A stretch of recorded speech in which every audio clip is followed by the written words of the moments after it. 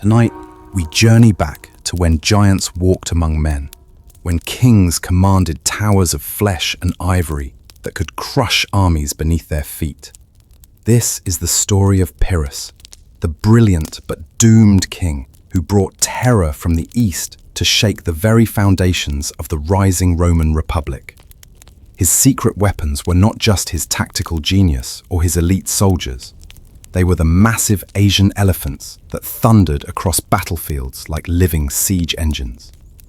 Picture these magnificent creatures, each standing 10 feet tall, their tusks gleaming in the Mediterranean sun, carrying wooden towers filled with archers.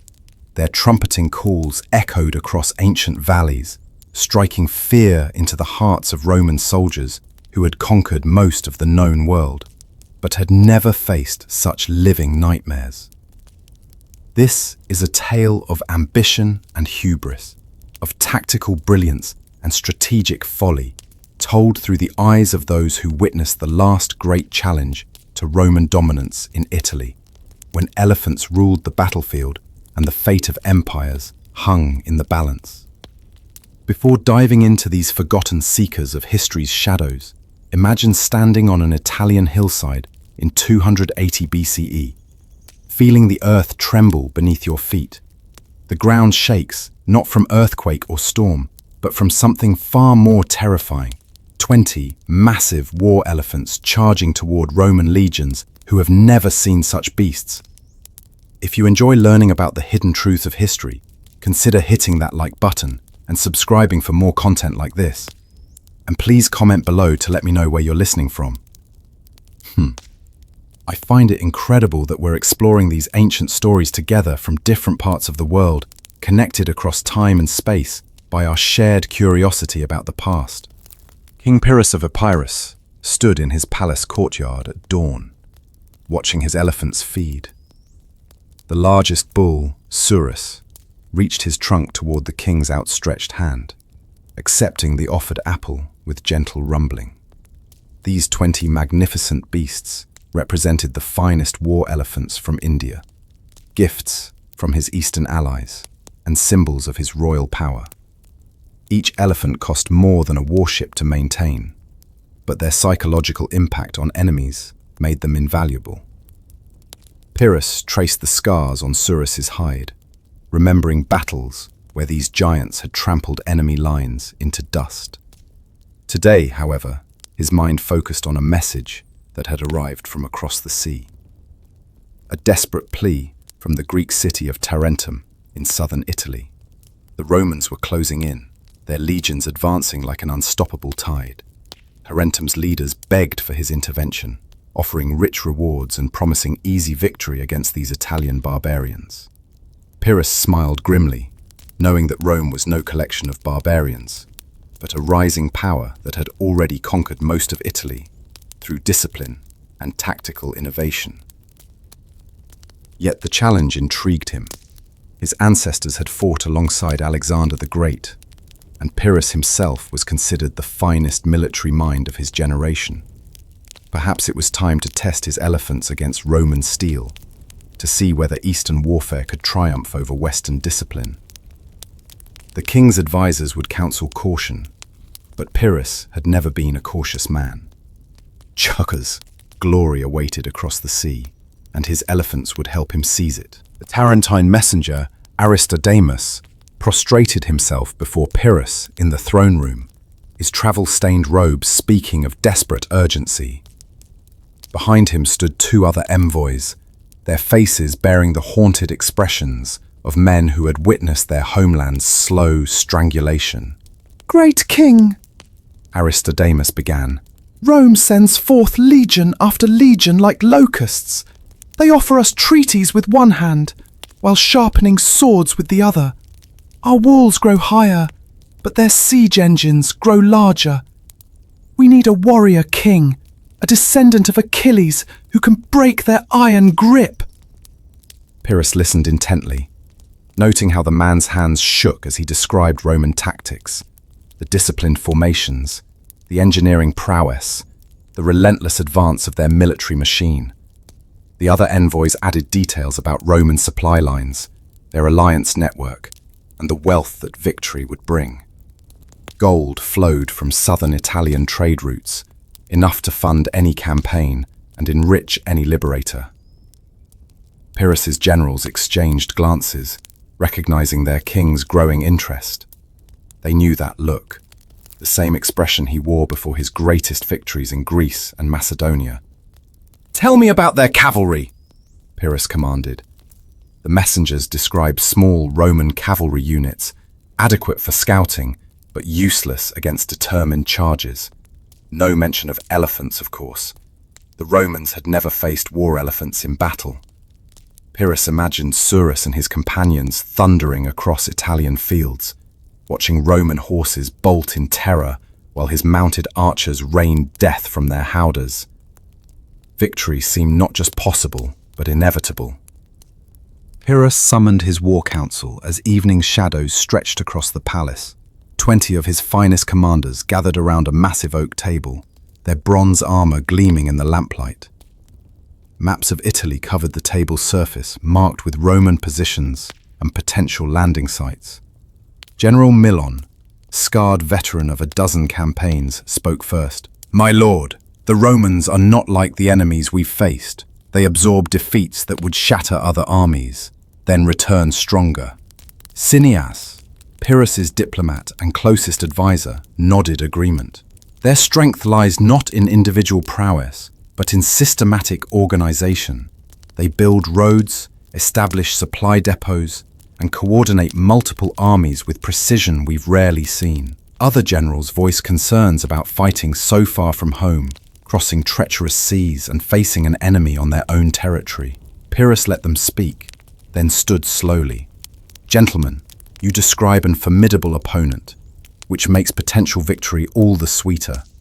Yes, Rome is strong, but they've never faced war elephants. Imagine their ordered ranks breaking when Surus charges into their midst, trumpeting fury while arrows rain from his howdah." He traced Roman positions on the map. They expect conventional warfare, phalanxes, cavalry charges, siege engines. They don't expect 20 mobile fortresses that can crush their formations and terrorize their horses. The room fell silent as commanders considered his words. Finally, old General Milon smiled grimly. "If we're to attempt this madness, Lord, better to do it with elephants than without them." Pyrrhus grinned, knowing he had won their support. Tomorrow, preparations would begin. In the elephant compound, Pyrrhus walked among his great beasts as their handlers prepared evening meals. Each elephant consumed hundreds of pounds of hay, grain, and fruit daily, a logistics challenge that would grow exponentially during a sea voyage.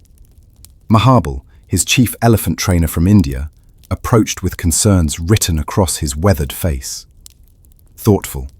"Great King, transporting elephants across the sea is dangerous. The beasts become frightened on ships, sometimes breaking their restraints and damaging vessels." Pyrrhus nodded, having considered this problem extensively, determined. "We'll need specially constructed transports with reinforced holds and padded stalls. Each elephant travels with his regular handler and favorite foods." They discussed practical matters, how to prevent seasickness in elephants, methods for keeping them calm during storms, and procedures for loading such massive creatures onto ships.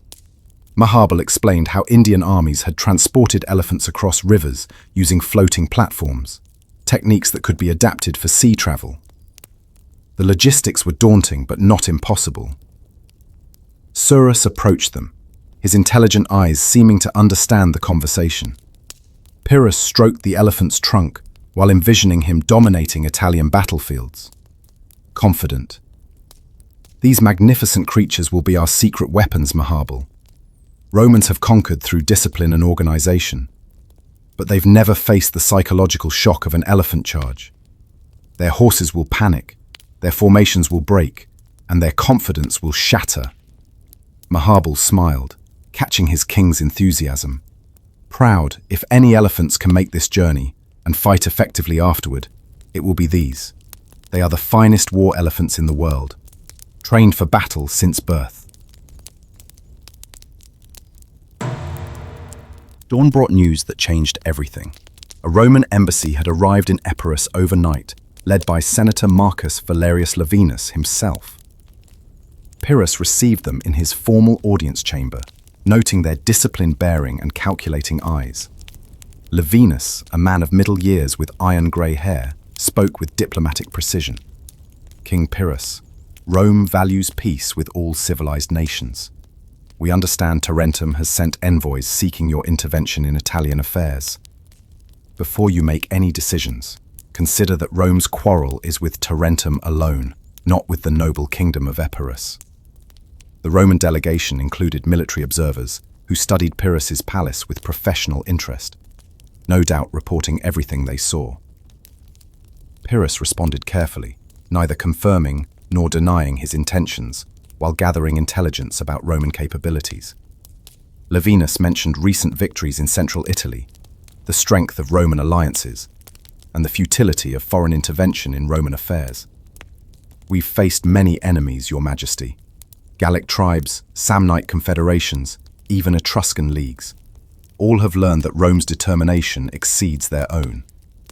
The veiled threat was clear, but Pyrrhus also detected something else: concern. Rome was worried enough about his potential intervention to send a senior senator across the sea.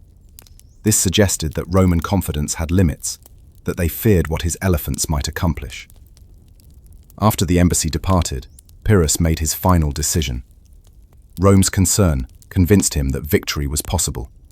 Within days, his fleet would sail for Italy, carrying the instruments of Roman nightmares, 20 war elephants ready to shake the foundations of the rising republic. The harbour of Ambracia buzzed with activity as Pyrrhus's invasion fleet took shape. Shipwrights worked frantically to modify cargo vessels for elephant transport, reinforcing hulls and constructing specialized stalls. Each elephant required a custom-built compartment with padded walls and drainage systems for the voyage ahead. Surus's transport was the largest, befitting his status as the herd's dominant bull. Pyrrhus inspected every detail personally, checking restraint systems and ventilation arrangements. The elephants seemed to sense the unusual activity, becoming restless in their temporary coastal enclosures. Mahabal supervised the construction of loading ramps, massive wooden structures that would allow the elephants to walk aboard their ships with minimal stress. Thoughtful. The key is keeping them calm, he explained to the king. Frightened elephants become destructive elephants. Beyond the elephant transports, dozens of conventional ships prepared to carry Pyrrhus's army, 25,000 infantry, 3,000 cavalry, and supporting personnel. Veterans from his previous campaigns mingled with eager recruits, all curious about the mysterious land across the sea. Stories circulated about Roman military prowess, but also about Italian wealth and the glory that awaited successful conquerors. Cineas coordinated supply arrangements, ensuring adequate food for both humans and elephants during the crossing. The diplomat worried about logistics, but trusted his king's strategic vision. As sunset painted the harbour golden, Pyrrhus stood on the dock, watching his dream become reality. Tomorrow, loading would begin. Within a week, his elephants would set foot on Italian soil, beginning a campaign that would either establish his legacy as a great conqueror or destroy his kingdom entirely. Loading day arrived with calm seas and favourable winds. Surus approached his transport ship with cautious steps, Mahabal speaking soothingly in his native tongue while offering honey-soaked grain. The massive bull hesitated at the gangplank's edge, sensing the unfamiliar motion of water beneath wooden planks. Other elephants watched nervously from their coastal enclosure, their trumpeting calls echoing across the harbour. Pyrrhus remained nearby, but let Mahabal handle the delicate process, knowing that elephant psychology required patience and expertise. Slowly, carefully, Surus placed one enormous foot on the ramp, then another.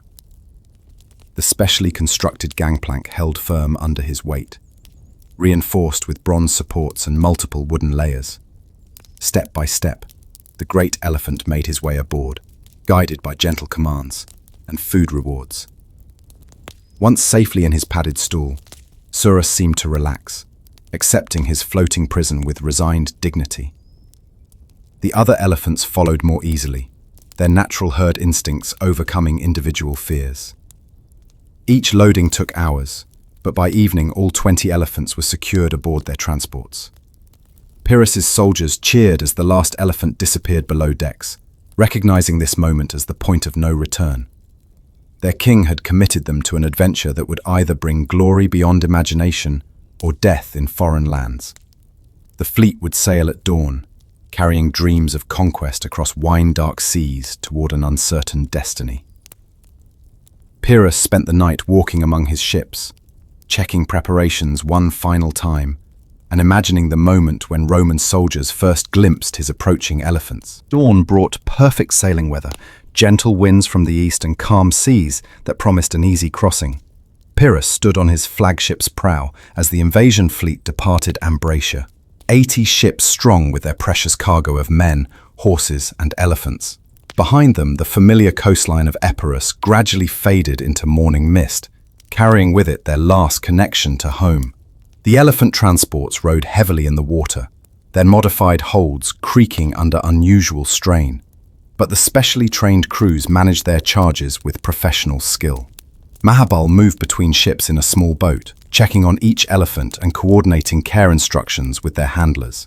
Most of the great beasts had adapted to shipboard life, though several showed signs of distress that required constant attention.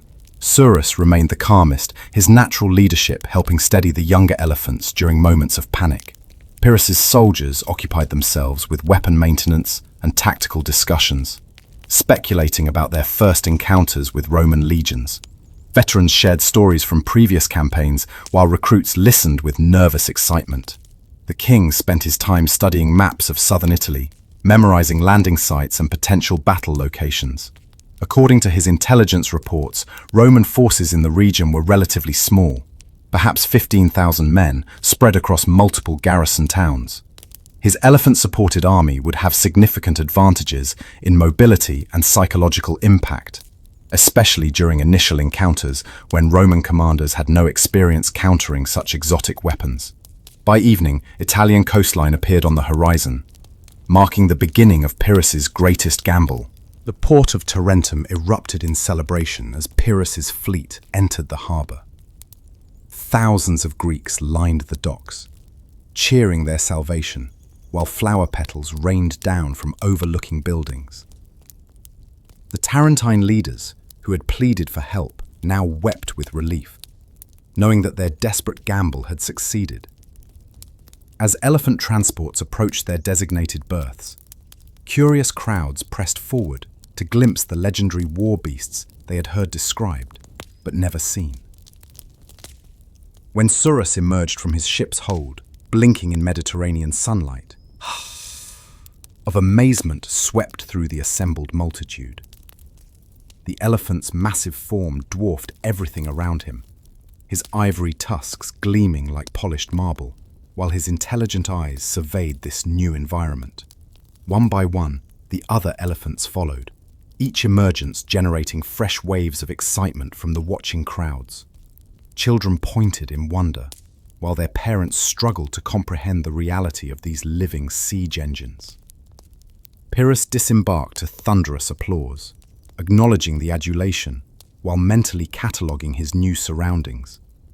Tarentum was indeed wealthy, its harbour filled with merchant vessels, and its buildings displaying the prosperity that came from controlling lucrative trade routes. The city's defensive walls appeared strong, but not impregnable, suggesting that Roman confidence in eventual victory was not misplaced. Still, with his elephants now on Italian soil and local enthusiasm running high, Pyrrhus felt confident that his campaign was beginning under favourable circumstances. Tonight, he would feast with Tarentine leaders and plan their joint strategy against the approaching Roman legions. Within hours of landing, Roman scouts reported Pyrrhus's arrival to their commanders throughout southern Italy. The intelligence network that had served Rome well during its Italian conquests now carried alarming news. A foreign king had landed with an unknown number of exotic beasts and a substantial army. Consul Laevinus, the same senator who had visited Epirus months earlier, received the reports at his headquarters in Venusia. The descriptions of enormous creatures with ivory horns and snake-like appendages seemed like fantasies, but multiple scouts confirmed the incredible accounts. Elephants! Levinus muttered, studying his maps with new concern. He had heard stories of Alexander's successors using such beasts in eastern campaigns, but no Roman had ever faced them in battle. His tactical manuals contained no guidance for countering elephant charges, and his soldiers' training included no preparation for such encounters. Meanwhile, Pyrrhus established his camp outside Tarentum's walls, positioning his elephants where Roman spies could observe and report their presence. The psychological warfare had already begun. Every Roman scout who glimpsed Surus and his companions would carry tales of giant beasts back to their legions, spreading uncertainty and fear through previously confident ranks. Mahabal supervised the construction of elephant enclosures, ensuring his charges remained healthy and ready for combat. The animals had adapted well to Italian climate and seemed energized by solid ground beneath their feet. Local Greeks brought offerings of fruit and grain, treating the elephants with religious reverence, while their handlers prepared weapons and armor for the battles ahead. Pyrrhus spent his first Italian evening planning with Tarentine leaders in the city's grandest symposium hall. Maps of Roman positions covered marble tables, while local commanders described enemy dispositions and recent activities. The intelligence was encouraging. Roman forces in the immediate area totaled perhaps 20,000 men, spread among several garrison towns and lacking central coordination. "They've grown complacent," explained Tarentine General Meton. "Roman confidence has made them careless about scouting and vulnerable to sudden attacks." Pyrrhus listened carefully while enjoying excellent local wine, noting how Tarentine enthusiasm exceeded their military experience. These Greeks were merchants and scholars primarily, warriors only by necessity. Their real value lay in their knowledge of local geography and Roman habits rather than battlefield prowess. As the evening progressed, reports arrived from his own scouts, who had reconnoitered Roman positions.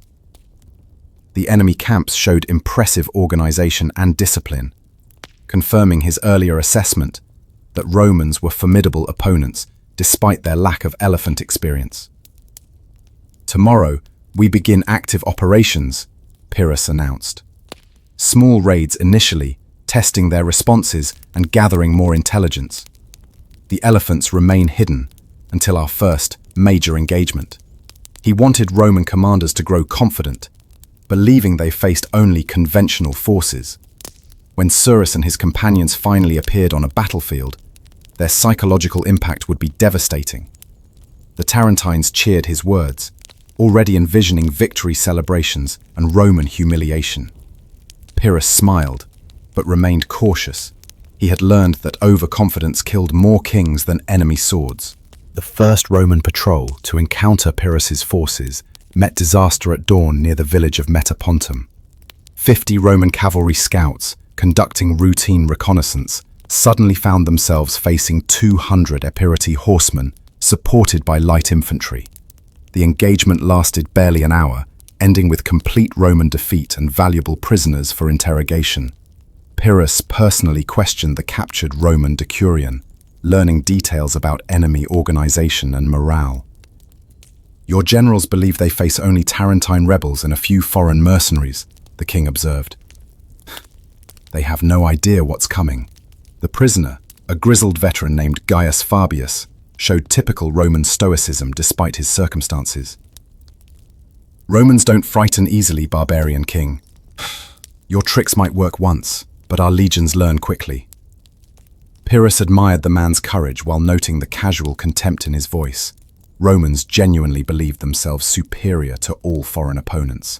This arrogance would serve his purposes perfectly. News of the skirmish spread rapidly through both armies. Roman commanders received reports of foreign cavalry superior to their own, but nothing suggesting the presence of exotic war beasts.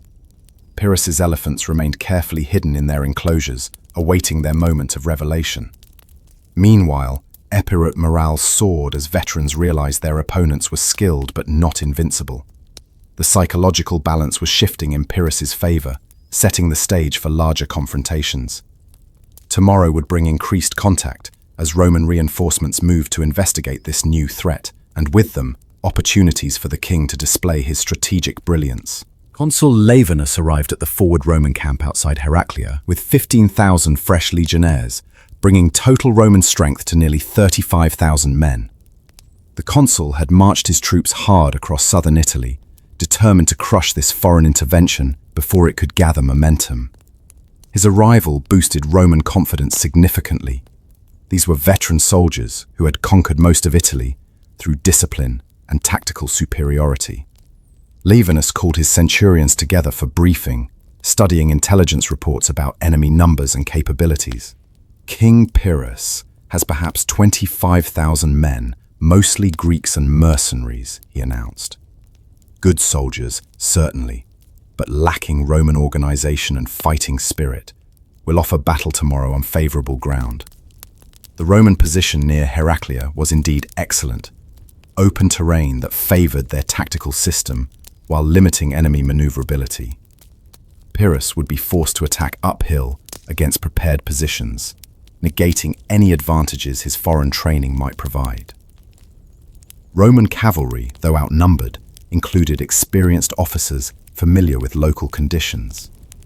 As evening fell, legionnaires prepared equipment and performed traditional pre-battle rituals.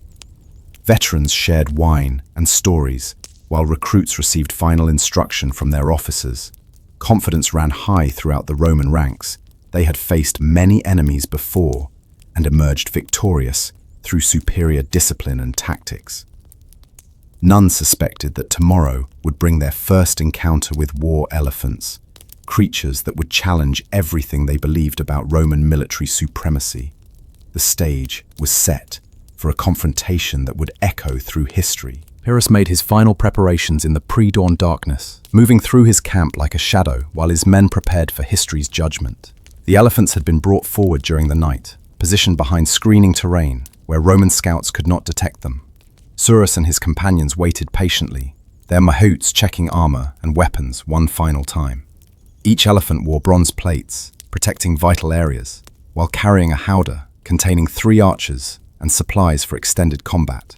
Mahabal supervised these final preparations with nervous energy, knowing that today would test everything he had taught his elephants about warfare.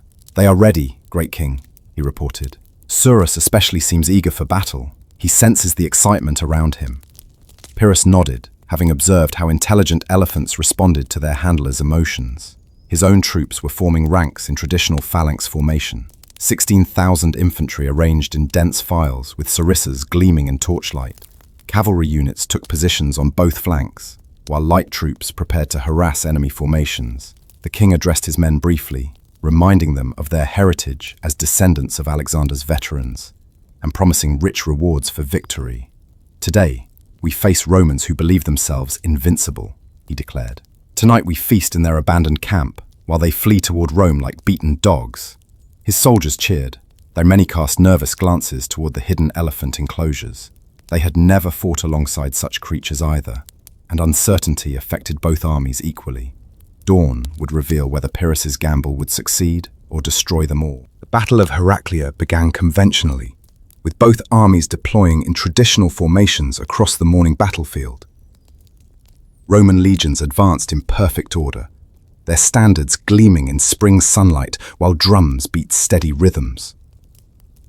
Pyrrhus positioned his phalanx to receive their charge, presenting the appearance of standard Hellenistic warfare that Roman commanders understood well.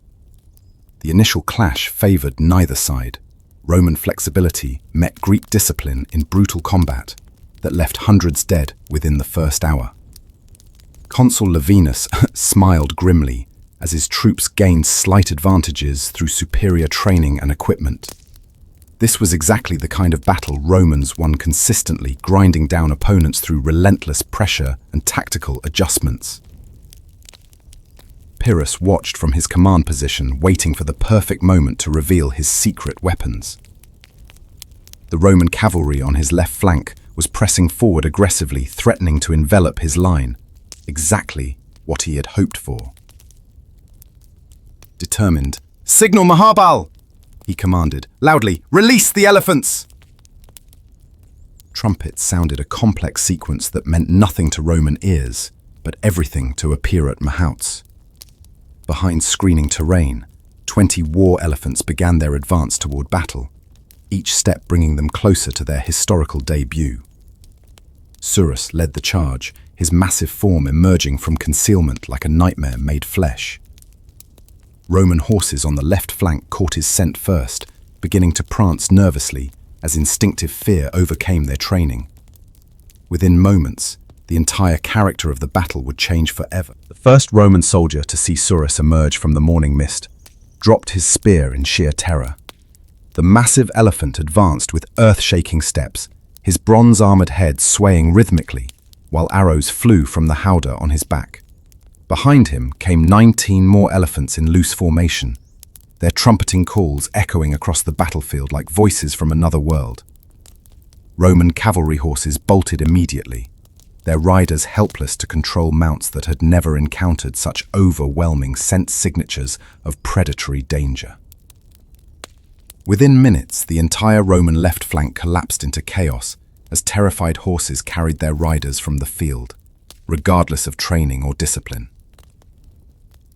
Maharbal rode beside Surus, directing the elephant charge with practiced expertise, while Roman infantry struggled to comprehend what they were witnessing.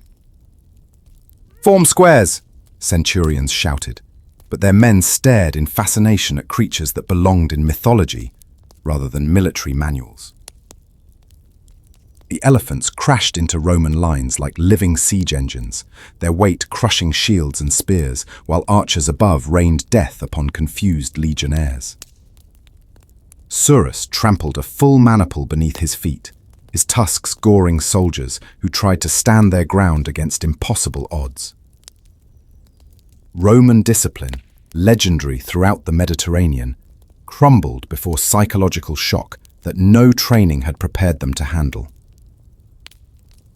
Consul Lavinus watched in growing horror as his confident army disintegrated, realizing too late that he faced an enemy unlike any Rome had ever encountered. The Battle of Heraclea had become a rout, and his elephants ruled the field. Roman attempts at organized resistance collapsed completely as elephant terror spread through their ranks like wildfire. Centurions who had led their men against Gallic berserkers and Samnite warriors found themselves powerless against enemies that defied all military logic. A brave tribune named Marcus Cornelius attempted to rally his maniple around their eagle standard, but Surus's charge shattered their formation before they could establish proper defensive positions. The elephant's tusks caught the standard bearer, lifting him into the air before hurling him aside like a broken doll. Other elephants pressed their advantage, each one creating expanding zones of panic wherever they appeared. Roman javelins bounced harmlessly off bronze elephant armor, while arrows from howdah archers found gaps in legionnaire protection with deadly accuracy. The psychological impact was even worse than physical casualties. Romans prided themselves on rational thinking and tactical superiority, but elephants represented chaos that their minds couldn't process effectively. Pyrrhus's infantry advanced behind the elephant charge, their sarissas reaching over the great beasts' heads to spear fleeing Romans. The king himself rode among his elephants, his purple cloak streaming as he directed the pursuit of broken enemy formations. "Press forward!" he shouted. "Drive them to the sea!" Consul Lavinus attempted to establish a rally point near a small hill, but his remaining troops were too demoralized to respond to commands. The Roman army, victorious in every previous Italian campaign, was experiencing complete defeat for the first time in generations. The pursuit continued for 3 miles as Roman resistance completely collapsed, with elephants acting as shepherds driving terrified legionnaires toward the coast. Surus led the charge, his mahout guiding him through fleeing Roman formations, while archers above continued their deadly work. Dead and wounded Romans littered the battlefield behind them, testament to the devastating effectiveness of elephant warfare against unprepared opponents. Consul Lavinus managed to escape with perhaps 5,000 survivors, but his army as an organized fighting force had ceased to exist. The consul's own horse had thrown him during the initial elephant charge, forcing him to flee on foot like his common soldiers. His elaborate armor, source of pride that morning, now marked him as a target for Epirot cavalry pursuing scattered Romans. Only nightfall and exhaustion ended the slaughter, leaving Pyrrhus, master of the field, with minimal casualties among his own forces. The king ordered his elephants to return to camp, where Mahabal supervised their care after their first major battle. Each elephant had performed magnificently, though several showed minor wounds from Roman spears that had found gaps in their armor. Surus bore scratches on his flanks but remained energetic, seeming to understand that he had achieved something remarkable. As darkness fell, Pyrrhus walked among Roman dead, noting how many bore expression of terror rather than pain. His elephants had not merely won a battle, they had shattered Roman confidence in their own invincibility. Word of this defeat would spread throughout Italy, carrying fear wherever Roman eagles flew. The aftermath of Heraclea revealed the true extent of Roman disaster. Over 15,000 legionnaires lay dead or wounded on the blood-stained field, while Pyrrhus had lost fewer than 3,000 men. The king walked among captured Roman eagles, symbols of imperial power now reduced to trophies for foreign display. Among the prisoners, senior centurions and cavalry officers provided valuable intelligence about Roman military organization and strategic planning. Pyrrhus treated them with courtesy befitting their rank, understanding that honorable conduct toward captives enhanced his reputation throughout Italy. Roman wounded received the same medical attention as his own soldiers, a gesture that impressed even his enemies with its magnanimity. Meanwhile, news of the defeat raced across southern Italy like lightning, reaching Roman garrison towns and allied cities with devastating psychological impact. Communities that had confidently supported Rome now questioned whether backing the losing side might prove fatal. Several Italian tribes sent envoys to Pyrrhus offering alliance or at least neutrality in exchange for favorable treatment. The balance of power in southern Italy had shifted dramatically in a single day. Mahabal supervised elephant care with special attention, knowing that these magnificent beasts had proven their worth beyond all expectations. Surus received extra rations and careful grooming, his wounds cleaned and dressed by expert handlers. The great bull seemed to understand his elevated status, accepting tribute from admiring soldiers with regal dignity. Tomorrow would bring new challenges as Roman reinforcements marched south, but tonight belonged to celebration and the sweet taste of overwhelming victory. 3 days after Heraclea, Pyrrhus's elephants had become legendary throughout southern Italy. Stories of their prowess grew with each telling. Roman cavalry scattered like leaves, legionnaires trampled beneath massive feet, the very ground trembling under their charge. Surus particularly captured imaginations, described as a titan among titans whose tusks could pierce any shield. Local populations gathered whenever the elephants moved, offering food and flowers while marveling at these living symbols of Pyrrhus's power. The king encouraged such displays, understanding that psychological warfare was as important as battlefield victory. His elephants were now instruments of terror that preceded his army wherever it marched. Roman commanders throughout Italy received increasingly desperate reports from survivors, trying to describe creatures that defied comprehension. Beasts as large as houses, one centurion reported, grey mountains that move and think and kill. Military manuals contained no guidance for countering such opponents, leaving Roman generals to improvise defences against unknown capabilities. Consul Laevinus reached Roman headquarters at Capua with his demoralised survivors, bringing news that shocked the Senate's representatives. Rome's invincible legions had been broken by foreign monsters that belonged in mythology rather than military campaigns. Meanwhile, Pyrrhus consolidated his victory by accepting surrenders from several Italian cities, his elephant-enhanced reputation making resistance seem futile. The campaign was proceeding exactly as he had envisioned. Swift victories building unstoppable momentum, while Roman confidence crumbled before supernatural terrors they couldn't understand or counter effectively. 2 weeks after Heraclea, a new Roman army gathered at Venusia under consul Publius Decius Mus, son of a hero who had died fighting Gallic invaders decades earlier. The younger Decius brought 40,000 fresh troops, including allied contingents from throughout central Italy who had answered Rome's desperate summons. Unlike Levinus, Decius had studied every available report about elephant capabilities, consulting with survivors and developing preliminary countermeasures. "These beasts are animals, not gods," he told his officers.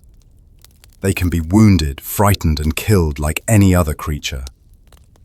His preparations included specialized equipment, fire arrows designed to panic elephants, long pikes for keeping them at distance, and cavalry trained to operate despite horse terror. Roman engineers had also developed mobile barriers, spiked obstacles that might channel elephant charges into killing zones where concentrated missile fire could bring them down. Still, theory differed greatly from practice, and Decius knew his soldiers remained deeply concerned about facing creatures that had destroyed an entire legion. Pyrrhus learned of Roman preparations through his excellent intelligence network, noting their attempts to develop elephant countermeasures. The challenge intrigued rather than worried him. Romans were adapting faster than expected, but his elephants retained significant advantages. Surus and his companions had gained valuable battle experience, their mahots now experts at battlefield coordination. More importantly, Roman soldiers still carried the psychological burden of Heraclea's disaster, fear that would persist regardless of new tactics or equipment. The stage was set for another confrontation, one that would determine whether elephants remained unstoppable or could be contained by Roman ingenuity. The armies met again near Asculum, where Decius had chosen ground that favored his anti-elephant preparations. The battlefield featured broken terrain, with several small hills and a stream running through the center, obstacles that might disrupt elephant charges while providing defensive positions for Roman forces. Pyrrhus studied the enemy dispositions with growing respect for Roman adaptability. Their formations showed greater depth than at Heraclea, with intervals designed to channel his elephants into predetermined zones. Specialized units with long pikes waited in reserve, while cavalry positioned themselves where they could strike elephant flanks rather than meet charges head-on. Presents there. They learn quickly, Mahabal observed, noting Roman preparations. "Chances. These will not break as easily as the last ones." The king nodded, appreciating the challenge while planning appropriate responses. His elephants would still provide decisive advantages, but victory would require greater tactical sophistication than simple terror charges. The battle began at dawn, with traditional skirmishing between light troops, both sides probing for weaknesses while main forces deployed. Roman confidence appeared higher than at Heraclea, though Pyrrhus detected underlying tension among their ranks. His own troops showed supreme confidence, having witnessed elephant effectiveness firsthand. When trumpets finally sounded the general advance, Surus led his companions forward again, their massive forms dominating the battlefield despite Roman attempts at preparation. Today would test whether Roman ingenuity could overcome elephant terror, or whether Pyrrhus's mobile fortresses remained unstoppable instruments of war. The Battle of Asculum began differently than Heraclea, with Romans maintaining formation discipline despite elephant presence. Decius had positioned his most reliable troops in the center, veterans who trusted their officers' assurances that proper tactics could defeat any enemy. When Surus led the elephant charge across the stream, Roman pikemen met him with a forest of spear points, while fire arrows streaked overhead toward his companions. The great bull, trumpeting angrily as bronze pikeheads scraped his armor, but Maharbal guided him around the obstruction towards softer targets on the Roman flank. Other elephants followed his lead, their mahouts adapting to unexpected resistance with professional skill. Roman preparations proved partially effective. Several elephants received wounds from concentrated missile fire, and their charges were disrupted by defensive obstacles. However, the psychological impact remained devastating. Roman horses still panicked at elephant scent, limiting cavalry effectiveness despite new training. Infantry formations held longer than at Heraclea, but eventually cracked under pressure from creatures their minds couldn't fully accept. One elephant fell to concentrated javelin fire, its mahout killed while attempting to guide his wounded mount to safety. The loss enraged Surus, who charged directly into the Roman center, trumpeting fury that scattered 2 maniples. Pyrrhus's infantry followed behind the elephants, their sarissas reaching over the great beasts to strike at recovering Romans. The battle seesawed for hours, neither side achieving decisive advantage until afternoon heat began affecting both armies equally. As afternoon shadows lengthened across the Asculum battlefield, both armies showed signs of exhaustion from hours of intense combat. Roman formations had held far better than at Heraclea, their anti-elephant preparations proving partially successful despite continued psychological challenges. Surus bore multiple spear wounds but remained effective, his experience helping him avoid pike concentrations while seeking vulnerable targets. The elephant corps had lost 3 animals to concentrated Roman fire, significant casualties that concerned Maharbal despite overall tactical success. Consul Decius directed his troops with skill that impressed even Pyrrhus, maintaining cohesion under impossible circumstances while adapting to elephant tactics in real time. Roman casualties mounted steadily, but organized resistance continued far longer than in their previous encounter. The battle's turning point came when Pyrrhus committed his reserve cavalry against the Roman right flank, overwhelming defensive positions that had been weakened by hours of elephant pressure. Combined arms coordination, elephants, infantry and cavalry working together, finally broke Roman resistance as Decius's formations collapsed from multiple directions simultaneously. The consul himself fell defending his legion's eagle, his death marking the end of organized Roman opposition. Survivors fled toward Venusia in better order than after Heraclea, but their army as an effective fighting force had been destroyed once again. Pyrrhus surveyed the field with mixed emotions. Victory was his, but at higher cost than before. Roman military competence was improving rapidly, suggesting that future battles would prove even more challenging. The aftermath of Asculum revealed a pyrrhic victory that would enter history as the source of that very term. Pyrrhus had defeated another Roman army, capturing thousands of prisoners and vast quantities of equipment, but his own losses were becoming unsustainable. Nearly 4,000 Epirot troops lay dead, including many veteran officers whose experience could not be replaced. The Elephant Corps had suffered particularly, 3 magnificent beasts killed, several others seriously wounded, and Surus himself bearing injuries that would require weeks of careful treatment. Maharbal supervised medical care for the surviving elephants with growing concern, knowing that replacing losses was impossible while campaigning in Italy.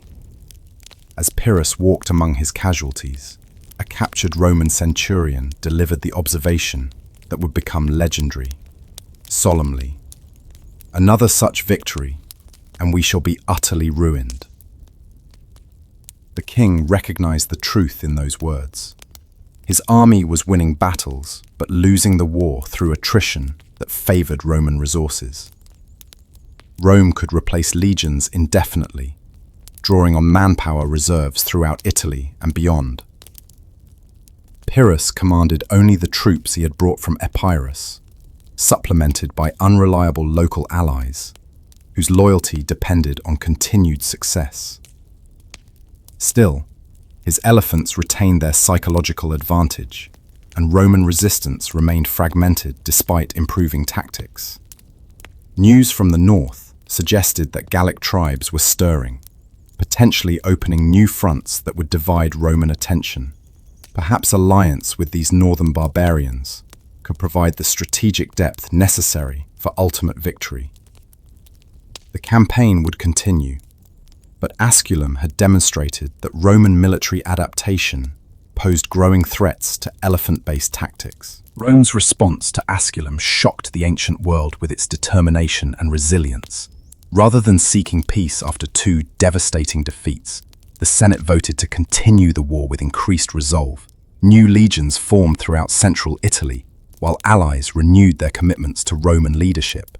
A massive recruitment drive brought fresh troops from every corner of the Republic, demonstrating resources that dwarfed anything Pyrrhus could match. More concerning for the Epirota king, Roman military doctrine was evolving rapidly to address elephant threats. Training manuals now included specific instructions for fighting war elephants, while smiths developed specialized weapons designed to wound or panic the great beasts. Intelligence reports suggested that Roman engineers were experimenting with anti-elephant obstacles and incendiary devices that could turn elephant advantages into liabilities. Pyrrhus received these reports in his winter quarters near Tarentum, where Surus and the surviving elephants recovered from their wounds. The great bull's injuries were healing well, but he showed new wariness that concerned Maharbal. "He's learning to fear Roman spears," the Mahout explained. Intelligence can be dangerous in warfare.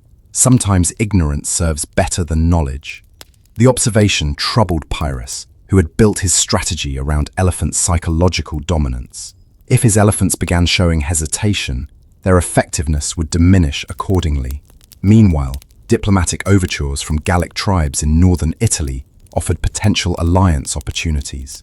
Perhaps combining elephant warfare with Gallic mobility could overwhelm Roman adaptations, but such cooperation required careful negotiation and planning that consumed precious time while Roman preparations continued. Spring brought a new Roman army to southern Italy, this one larger and better prepared than its predecessors.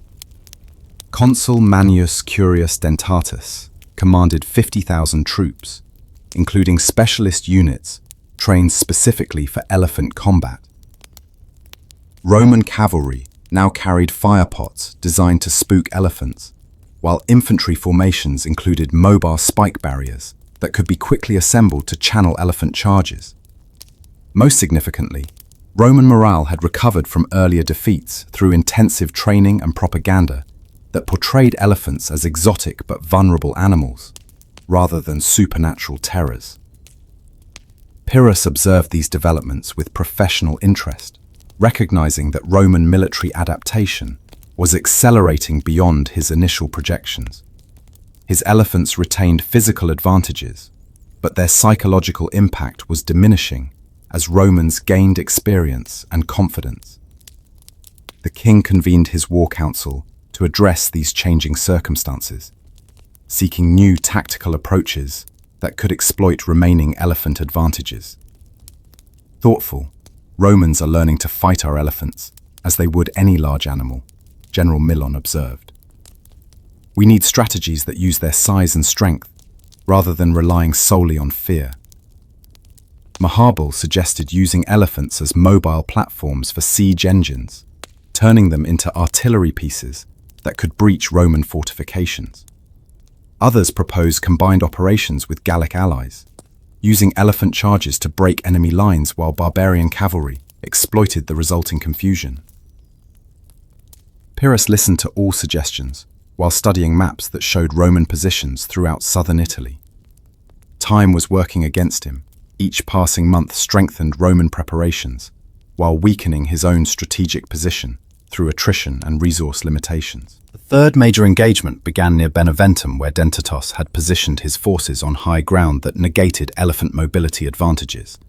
Roman preparations included fire trenches, spike obstacles, and carefully positioned artillery that could concentrate fire on approaching elephants. When Pyrrhus advanced his elephants in their traditional charge formation, they met prepared resistance that demonstrated how thoroughly Romans had studied their tactics. Surus led the attack as always, but his previous confidence was tempered by experience that taught him to respect Roman spears.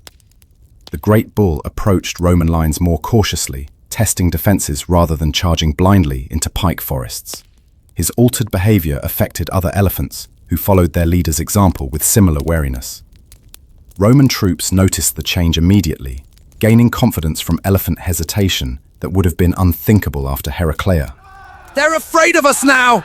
Shouted a Roman centurion, rallying his men to advance against creatures that no longer seemed invincible. The battle developed into a grinding engagement that favored Roman numerical superiority over elephant shock value. Mahabal struggled to maintain elephant effectiveness as Roman tactics neutralized their traditional advantages. Fire arrows and concentrated javelin volleys wounded several elephants, forcing them to withdraw from positions they would have held easily in earlier battles. By midday, Pyrrhus recognized that his elephant-centered strategy was failing against improved Roman preparations. The psychological balance that had favored him since Heraclea was shifting back toward Roman confidence and tactical superiority. The Battle of Beneventum marked the beginning of the end for Pyrrhus's Italian campaign. Roman tactical innovations had successfully neutralized elephant advantages, turning the great beasts from instruments of terror into vulnerable targets for concentrated fire. When Surus finally charged Roman lines, he met not panic, but organized resistance that wounded him severely before forcing his retreat. The sight of their leading elephant withdrawing bloodied and defeated shattered Epirot morale, just as elephant charges had once broken Roman formations. Mahabal desperately attempted to rally the elephant corps, but several animals refused to approach Roman positions, despite their mahout's commands. Intelligence was proving counterproductive. Elephants that understood danger naturally avoided it, making them increasingly useless for assault operations. Pyrrhus committed his reserves in a final attempt to salvage victory, but Roman discipline held firm under pressure that would have routed earlier armies. Dentatus coordinated his defensive response with professional competence that impressed even his enemies, maintaining formation integrity while methodically destroying elephant effectiveness through coordinated tactics. By evening, Pyrrhus was forced to withdraw with heavy casualties and damaged prestige. His elephant corps had lost 6 animals while achieving minimal tactical gains, an exchange rate that could not be sustained during extended campaigning. The psychological revolution that had begun at Heraclea was now complete, but in Rome's favor. Word of Beneventum spread throughout Italy, demonstrating that foreign kings and their exotic beasts could be defeated by Roman determination and tactical innovation. In the aftermath of Beneventum, Pyrrhus faced the stark reality that his Italian adventure was failing. The elephant corps that had been his primary strategic advantage now numbered only 11 effective animals, insufficient for major operations against increasingly capable Roman armies. Surus's wounds were healing slowly, but the great bull showed psychological damage that concerned Mahabal deeply. "He remembers pain now," the mahout explained. "Before, he was fearless because he was ignorant. Knowledge has made him cautious." This philosophical observation reflected broader problems throughout Pyrrhus's army. Veterans who had witnessed elephant invincibility at Heraclea now saw their limitations at Beneventum, understanding that Roman military adaptation had neutralized their primary advantage. Morale was declining, while Roman confidence grew with each successful encounter. Intelligence reports brought even worse news. Rome was raising yet another army, this one incorporating lessons learned from 3 major battles. Anti-elephant tactics were being standardized throughout the legions, while specialized units trained exclusively for fighting war elephants. Perhaps most significantly, Roman cavalry was learning to operate effectively despite horse terror, using careful training and equipment modifications that reduced elephant psychological impact. Pyrrhus called his surviving officers together for strategic reassessment, knowing that continuing the campaign might result in complete disaster. His kingdom needed him alive more than Italy needed liberation. But abandoning the enterprise meant admitting defeat to an enemy he had initially dismissed as barbarian. The decision would define both his legacy and the future balance of power in the ancient Mediterranean. Pyrrhus received unexpected salvation from an unlikely source, Sicily. Greek cities on the island, led by Syracuse, sent urgent appeals for help against Carthaginian expansion that threatened to consume all Greek territories in the western Mediterranean. The invitation offered escape from Italian difficulties, while pursuing new opportunities for conquest and glory. More importantly, Sicilian Greeks promised substantial financial support and had no experience with elephants, meaning Surus and his companions could regain their psychological advantages against fresh opponents. The king convened his council to discuss this strategic pivot, weighing Italian losses against Sicilian possibilities. Thoughtful. "We've proven that Romans can be beaten," he argued.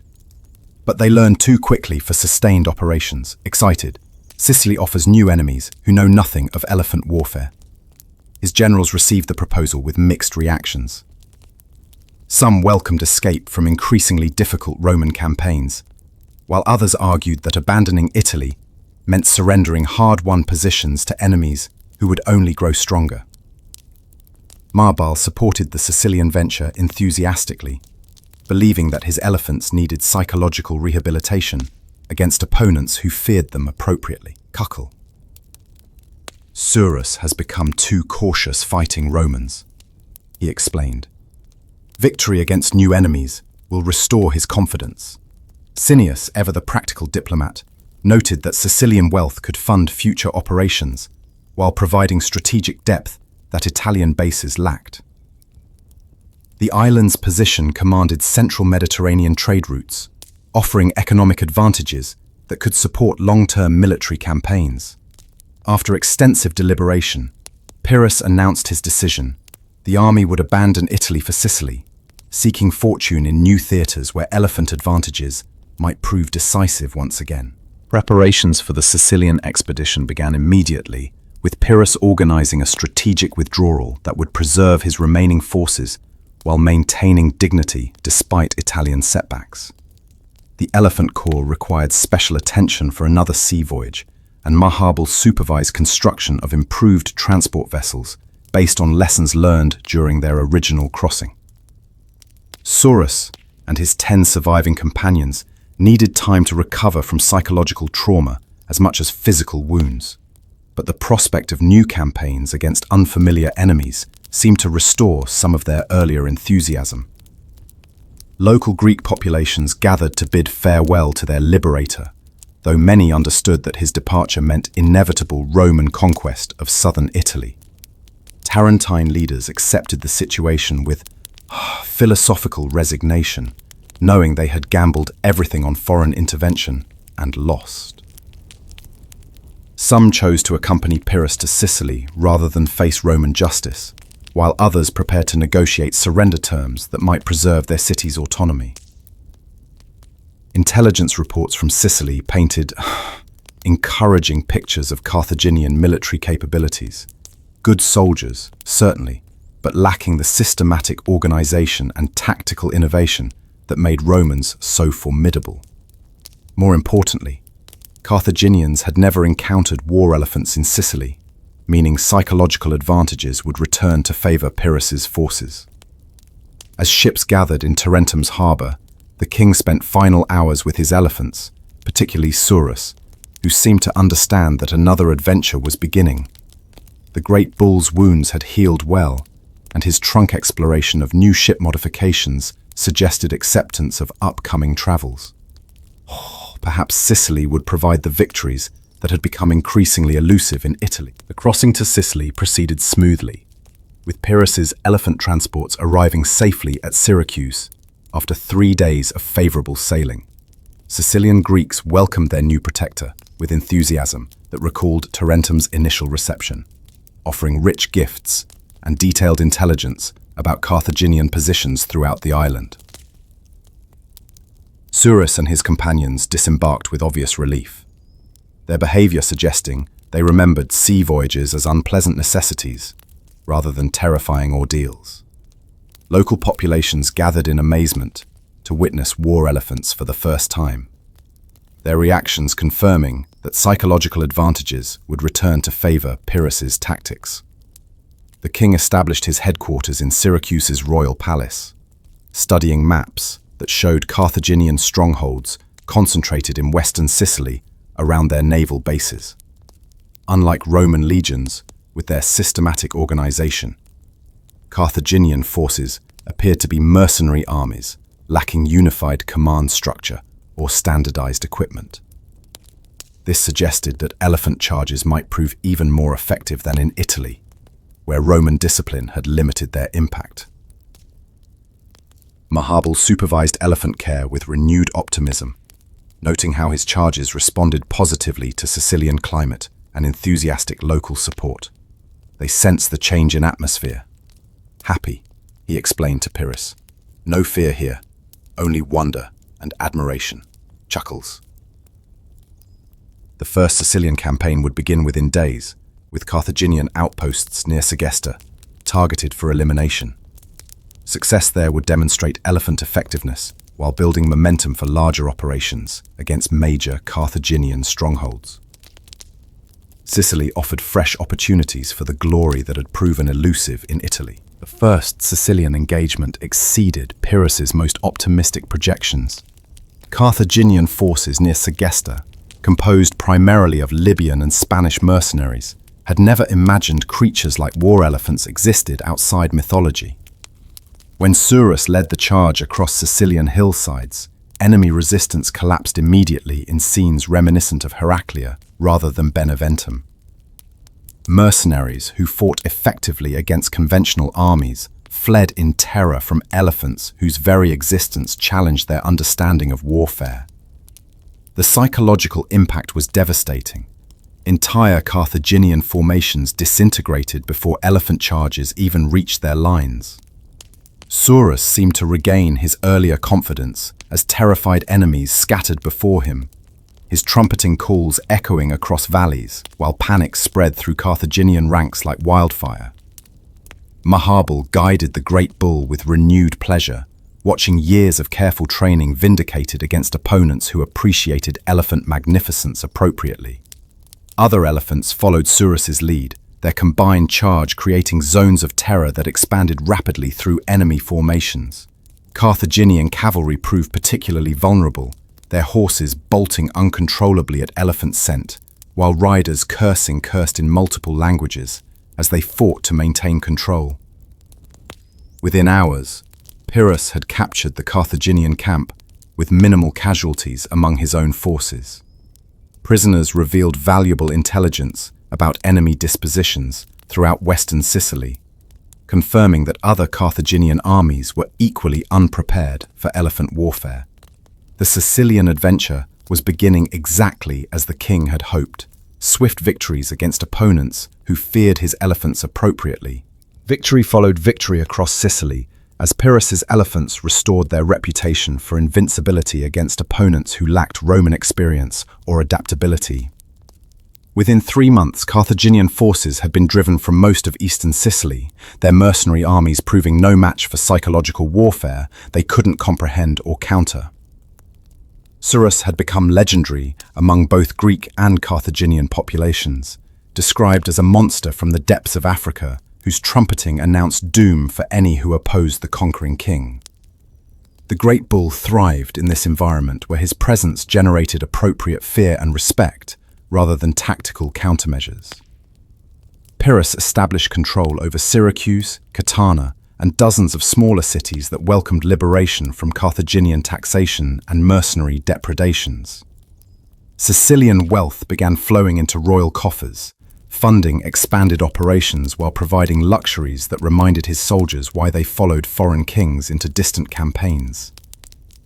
The Elephant Corps had grown in effectiveness as their confidence returned, with each victory reinforcing their sense of invincibility against properly terrified opponents.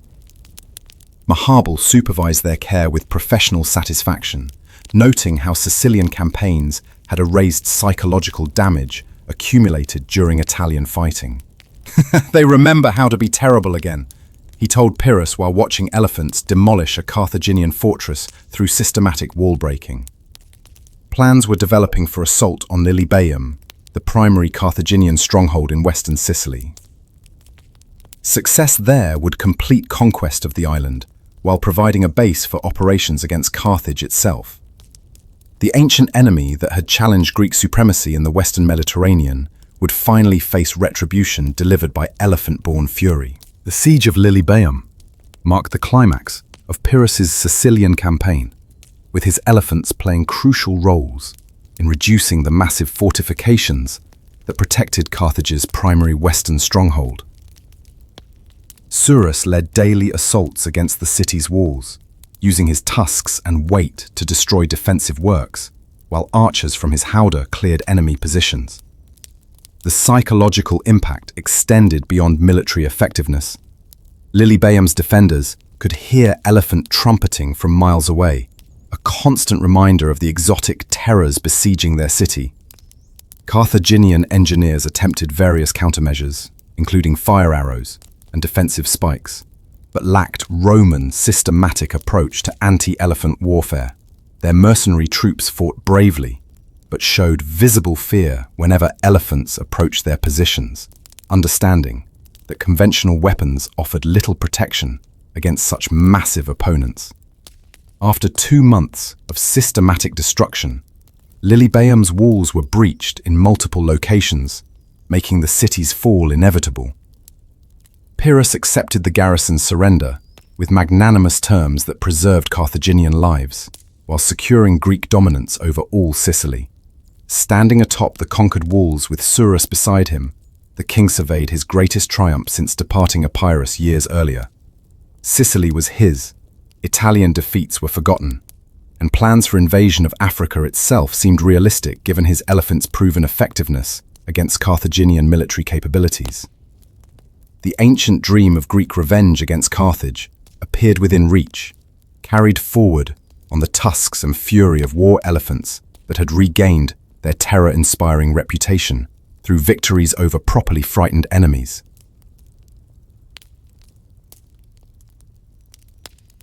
Success in Sicily attracted attention throughout the Mediterranean world, with ambassadors arriving from Greek cities, Egyptian rulers, and even distant kingdoms seeking alliance with the Elephant King, who had humbled mighty Carthage. Pyrrhus received these delegations in Syracuse's throne room, with Surus positioned nearby as a living symbol of his military power.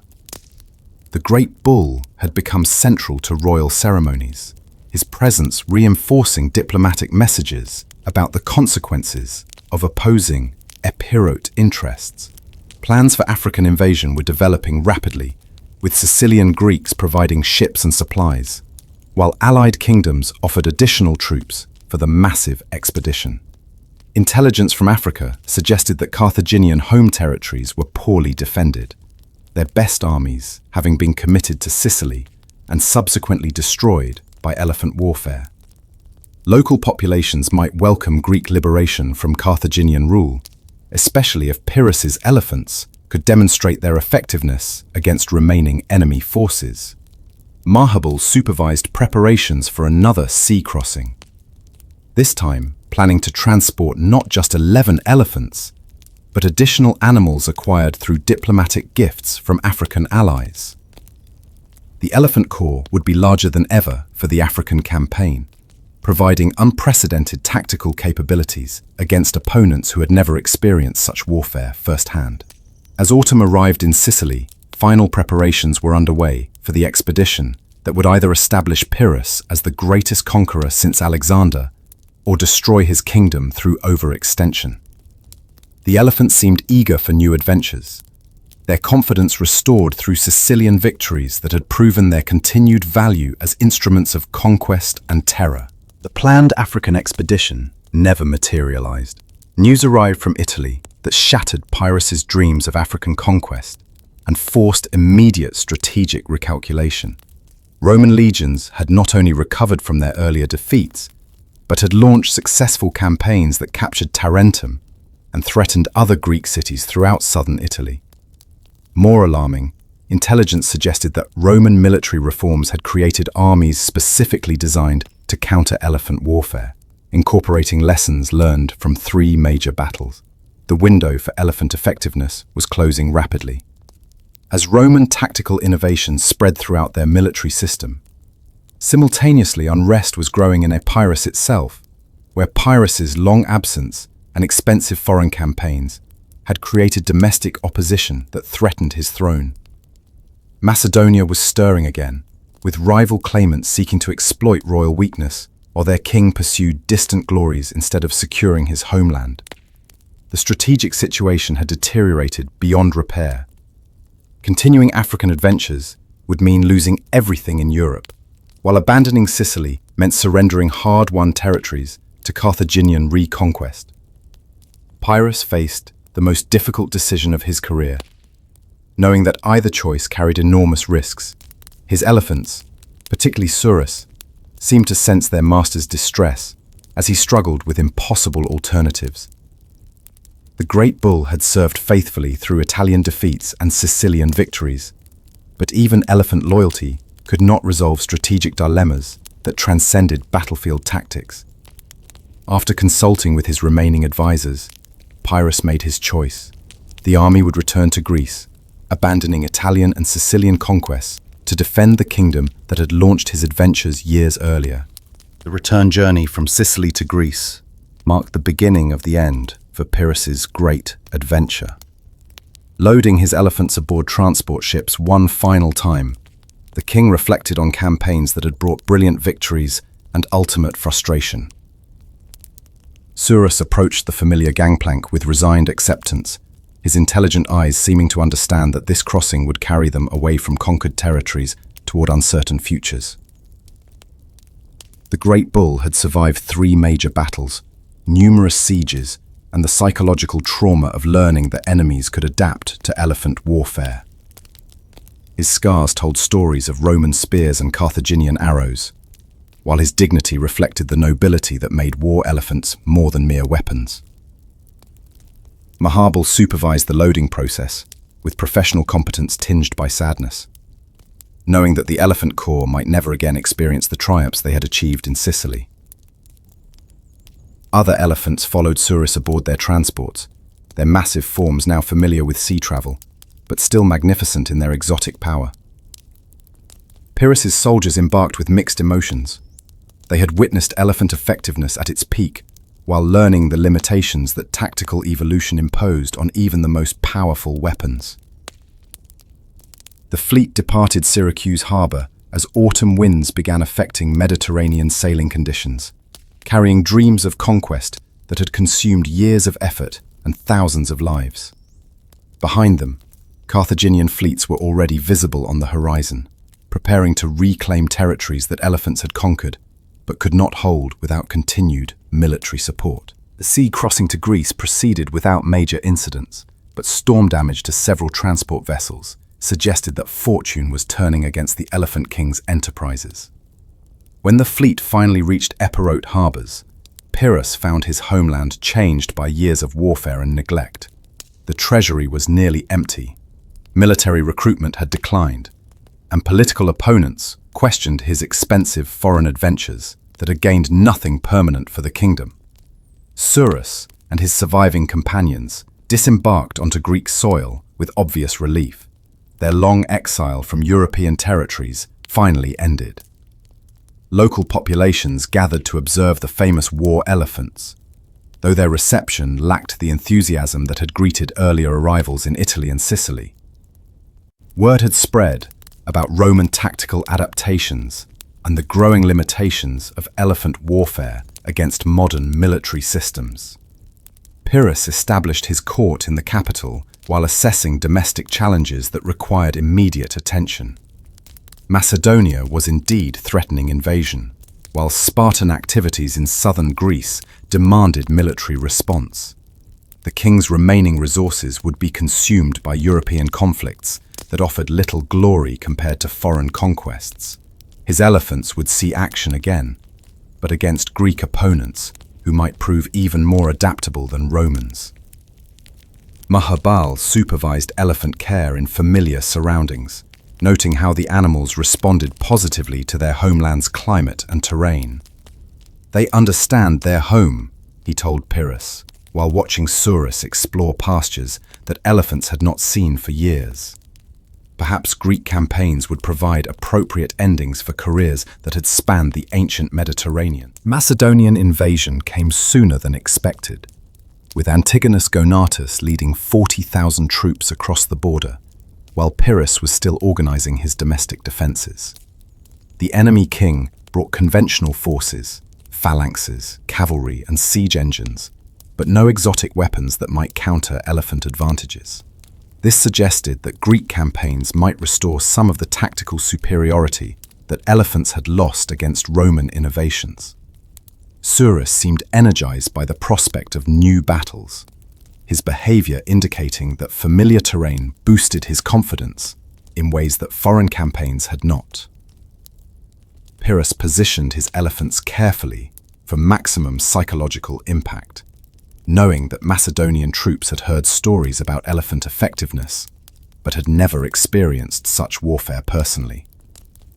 The engagement began near Argos, where Pyrrhus commanded a combined force of Epirots, remaining mercenaries, and local allies who had joined his cause against Macedonian aggression. Initial skirmishing favored neither side, but when trumpets signaled the elephant charge, Surus led his companions across familiar Greek hillsides toward enemy formations that showed no special preparation for countering such attacks. Macedonian reactions resembled Italian and Sicilian patterns: initial shock, cavalry panic, and gradual formation collapse under pressure from creatures their military doctrine had never addressed. The psychological advantages that had served elephants so well in foreign campaigns were returning in Greek contexts where tactical innovation had not yet neutralized their effectiveness. Victory seemed assured as Surus trampled Macedonian positions, while his mahout guided him through enemy ranks with practiced expertise. The Battle of Argos proved to be Pyrrhus's final victory and Surus's last charge. The great bull broke Macedonian resistance with devastating effectiveness, his tusks and weight crushing enemy formations, while panic spread through ranks that had never imagined such opponents. For one last time, elephant warfare achieved the results that had made Pyrrhus famous throughout the ancient world. Victory seemed complete when disaster struck from an unexpected direction. A roof tile thrown by a Macedonian woman defending her home struck Pyrrhus in the head, stunning him long enough for enemy soldiers to surround and kill the Elephant King. Surus, sensing his master's death through bonds that transcended normal animal relationships, trumpeted grief that echoed across the battlefield like a funeral dirge. Maharbal attempted to guide the grieving elephant away from combat, but Surus had lost the will to fight without his royal companion. Other elephants responded to their leader's emotional collapse, becoming confused and directionless as Epirot formations lost cohesion following their king's death. The battle that had begun as elephant triumph ended in comprehensive defeat as Pyrrhus's army disintegrated without effective leadership. Antigonus Gonatas claimed victory over the famous Elephant King, though he treated Surus and his companions with respect, befitting their legendary status. The great bull would survive his master by several years, but his career as an instrument of conquest had ended with Pyrrhus's death. An era was closing, the age when war elephants could dominate battlefields through psychological superiority alone, before tactical innovation learned to counter even the most exotic weapons. In the aftermath of Pyrrhus's death, Surus and the surviving elephants became symbols of a vanished age rather than active instruments of warfare. Antigonus Gonatas treated them with ceremonial respect, understanding their historical importance while recognizing that elephant warfare had evolved beyond simple terror tactics. The great bull lived peacefully in Macedonian captivity. His fighting days ended by grief, as much as changing military circumstances. Maharbal remained with his charges, providing care that sustained their bodies, while mourning the loss of purpose that had defined their existence. Thoughtful. Other kingdoms sought to acquire the famous elephants, recognizing their propaganda value if not their tactical utility. Egypt's Ptolemies offered substantial payments for animals that could enhance royal ceremonies, while Seleucid rulers proposed incorporating them into armies that still employed traditional elephant tactics. Eventually, Surus and several companions were transported to Alexandria, where they lived out their remaining years as living monuments to the brief period when war elephants had terrorized the ancient Mediterranean. The great bull adapted to ceremonial life with dignity befitting his legendary status, though observers noted that he never displayed the fierce enthusiasm that had characterized his battlefield performances. Mahabal aged alongside his charges, their shared experiences creating bonds that transcended normal relationships between humans and animals. When Surus finally died of old age, 15 years after Pyrrhus's death, his passing marked the true end of an era that had begun with dreams of conquest and ended with the recognition that even the most powerful weapons eventually became obsolete through tactical evolution and strategic adaptation. Years passed as stories of Pyrrhus and his war elephants became legends throughout the ancient world. Roman historians recorded elephant battles with professional interest, analyzing tactics that had once terrorized their legions while documenting the innovations that had ultimately neutralized exotic threats. The wars in Italy, Sicily, and Greece were studied as examples of how military adaptation could overcome even the most revolutionary weapons through systematic analysis and tactical evolution. Surus became a character in these historical accounts, his individual personality and battlefield effectiveness earning recognition that few animals had achieved in ancient literature. Scribes described his intelligence, courage, and emotional bonds with human companions, while noting how elephant psychology had affected warfare at the highest strategic levels. Military manuals throughout the Mediterranean world included chapters on anti-elephant tactics developed during the Pyrrhic Wars, ensuring that future commanders would be prepared for similar challenges. The psychological revolution that had begun at Heraclea was complete. War elephants had transitioned from supernatural terrors to manageable battlefield problems through experience and innovation.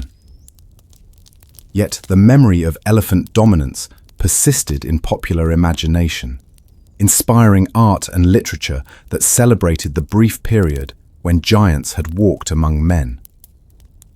Children throughout the ancient world grew up hearing stories of Surus and his companions, creatures that had changed the course of history through their exotic power and the genius of kings who understood how to employ them effectively. The legacy was complex, tactical failure, but cultural immortality, military obsolescence, but enduring fascination. The final judgment of history proved kinder to Pyrrhus and his elephants than contemporary events had suggested. While the king's strategic failures were undeniable, his tactical innovations and elephant-centered warfare had forced military evolution throughout the ancient world. Roman legions became more flexible, Carthaginian armies adopted new equipment, and Greek kingdoms modernized their tactical doctrines specifically to address challenges that war elephants had posed. Surus and his companions had served as catalysts for military advancement that might have taken decades to achieve through conventional development. Their psychological impact transcended battlefield effectiveness, forcing commanders to think beyond traditional parameters while preparing for exotic threats that challenged fundamental assumptions about warfare.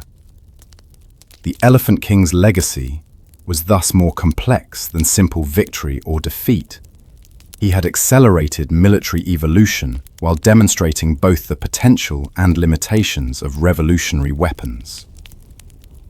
Archaeological evidence from ancient battlefields still reveals elephant bones beside Roman and Greek remains, physical testament to encounters that shaped Mediterranean civilization. Museums display elephant armor and howdah fragments, artifacts that connect modern observers to ancient dramas of conquest and adaptation. The story of Pyrrhus and his war elephants became a parable about innovation, adaptation, and the eternal struggle between revolutionary weapons and tactical evolution. In the end, Surus and his companions had achieved a different kind of immortality, not through sustained military dominance, but through their role as agents of change who forced the ancient world to evolve beyond its previous limitations and discover new possibilities for warfare and civilization. As twilight settled over the ancient Mediterranean, the great saga of Pyrrhus and his magnificent war elephants drew to its peaceful close. The thunder of their charge had faded into memory, leaving only whispers in the evening breeze that carried stories of when giants walked among mortals. Surus, the noblest of his kind, had found his rest beneath Alexandria's starlit skies, his tusks no longer gleaming for battle, but preserved in royal treasuries as relics of an age when courage wore elephant hide and wisdom trumpeted across forgotten battlefields. In temple gardens, where olive trees swayed gently in Mediterranean winds, old soldiers would gather their grandchildren close and speak softly of the days when earth trembled beneath impossible feet, when the very air shimmered with the heat of ancient struggles between East and West.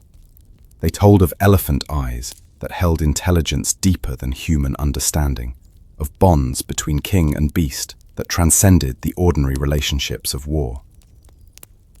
The children would drift toward dreams as these tales wound down, their minds filling with visions of bronze-armored giants moving like living mountains across landscapes painted gold by setting suns. In their sleeping thoughts, they heard distant trumpeting that spoke of courage, loss, and the eternal dance between innovation and adaptation that shapes all civilizations. And perhaps, in the deepest hours of Mediterranean nights, when stars reflected in calm seas like scattered jewels, the spirits of ancient elephants still wandered those sacred shores where they had written their names in the scroll of history. Their legacy lived on, not in conquest, but in the gentle wisdom that even the mightiest powers must eventually yield to time's patient teaching, finding peace in the knowledge that their thunder had once shaken the foundations of the world and would echo forever in the dreams of those who remembered when magic walked on ivory feet. Sleep now, dear listener, and may your dreams carry you to those distant shores where legends never truly die.